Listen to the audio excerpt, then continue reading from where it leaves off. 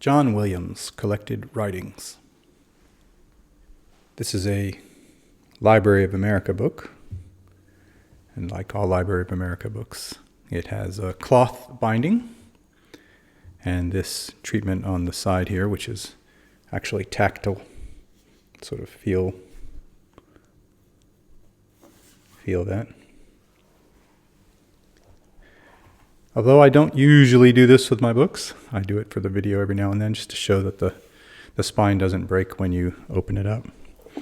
I always use a ribbon or a bookmark. So Library of America books come with bookmarks. They are Smith sewn. Just means that each collection of pages are actually sewn in and then also sewn in widthways. You can look up Smith sewn if you want, if you don't know what it means. In any case, it makes it a very durable book. These are also acid-free paper, so it's quite a durable book. It's going to last a long time. The only thing that speaks against it lasting a long time is that the paper is pretty thin, and so I suppose if you turned it, you might wear it down or risk tearing it at some point. I can say that I've never torn a page, and I have quite a few Library of America books. The beauty of them being, of the pages being thin, this is 2 pages. That's the hard part, is that sometimes, there we go, quite thin. But the beauty is that you can fit a book like this, something like 900 pages, and it looks like, 300 pages. It feels like 300 pages. It's not overly heavy or difficult to pick up. The Library of America books always have the same width and length here, though the thickness, of course, changes. So this is something like, over 800 pages, because it's a collection of 3 novels and then some other writings. So John Williams wrote 4 novels, but he kind of distanced himself from one of them, and so these are the 3 that he liked, I guess. Butcher's Crossing and Stoner and Augustus. And Augustus won a National Book Award in the early 70s, or National Book Prize, National Book Award, something like that. And the other 2 didn't get very much attention until Stoner. This is something I've read. I didn't just, know it through osmosis, but I learned it that Stoner didn't get that much attention in the US, but then for some reason started getting really, really big in France and other parts of Europe. And then it sort of came back over to America. And now in certain circles, a lot of people talk about Stoner. So the funny thing is, Augustus is the book of the 3 that calls to me the most, I think, because it's about Augustus Caesar.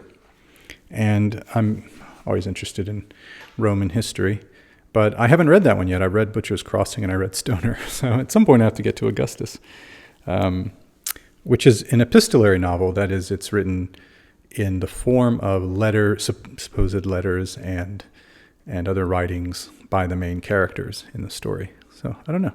I usually kind of steer away from epistolary novels. I don't really like them that much. I didn't like Dracula very much. And there are others that I don't know. It often introduces an element of unrealism because they have to tell the story, but they have to tell it through letters, and it just seems, I don't know. But Augustus apparently is really good, so I want to give it a go. The inside of the books, of Library of America books, there's not really that much to show because they're generally not illustrations or anything like that, unless the author made some themselves. They do always have notes, like a chronology of the author's life and works. And then they have also notes on the text, which sometimes are really helpful. And I think would be helpful in Augustus because they're probably going to be, references to historical events and people that I don't know anything about. So this book also has some related writing, so it's not just let me look at the table of contents again here. It's not just those 3 novels, but it's also some related writings. So I guess these are sort of like essays on different things. I haven't read these at all. So he's written the Western definition of the myth. Well, so Butcher's Crossing, just to talk a little bit about the books, Butcher's Crossing, it always bothered him that people thought of it as a Western. It's more in the lines of, well, it's a human story. It's a human story that happens to be set in the West. And I guess there are other Westerns like that.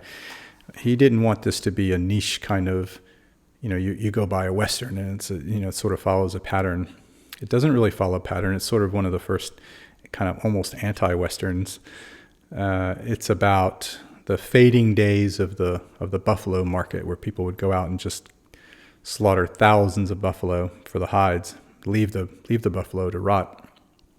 And I thought that, I was like, I don't know if we get to a book where there's going to be like just slaughter, and then they leave it to rot, and it's kind of obvious that that's the message. It wasn't really like that. It's a well-written book, and there are messages and themes in there beyond just that, and there are some twists, and it never really did what I thought it was going to do. I mean, as I'm reading and I go, well, I know this is about to happen. And then it didn't. That's not what happened. I've been conditioned maybe, or I just think, okay, well, there's this guy and he's acting in this way, so this is what's going to happen with that guy. And it didn't. So in case it doesn't sound like it, that's a compliment to the book. And Stoner as well. Stoner, I had been introduced to Stoner. Stoner's the guy's last name, by the way. It's not about a stoner, but a person named Stoner who was born in the early 1900s, and then became a university teacher. He sort of traded his life as a farmer to be a university teacher, as opposed to the Butcher's Crossing guy who sort of traded in his life as a Harvard academic, or at least a student, to go be out in the West. Anyway, I had heard of Stoner as a story of basically as a failure, a guy who sort of failed in his life and dies, and no one really thinks about him anymore. That's kind of how I heard it, but I heard of it but it's really beautifully written. It's a beautiful story and beautifully written about an ordinary guy.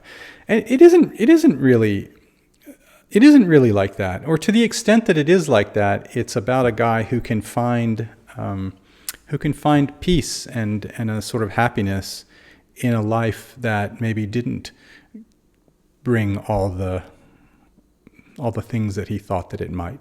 That he made certain decisions, and this is the other thing, he has agency in this book. I thought it was just like, oh, it's just piling on, life is terrible. But he has some agency, and he makes some decisions, and those decisions have repercussions on his life. But in the end, he's okay with it.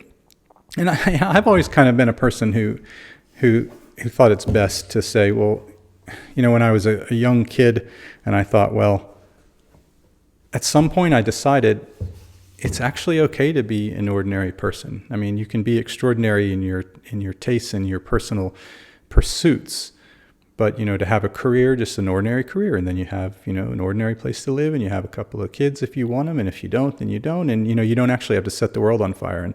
And there can be happiness in that. Anyway, so it's a very grown up. I think it's a grown up kind of book. It is written well. It's written meticulously, carefully, I think.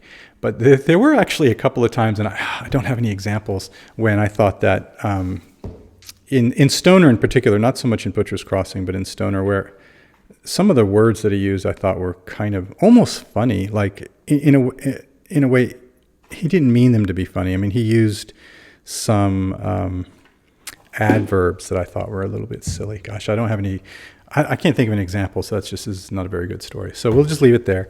This is John Williams' collected novels, but there are also other writings as well by John Williams, and published by the Library of America.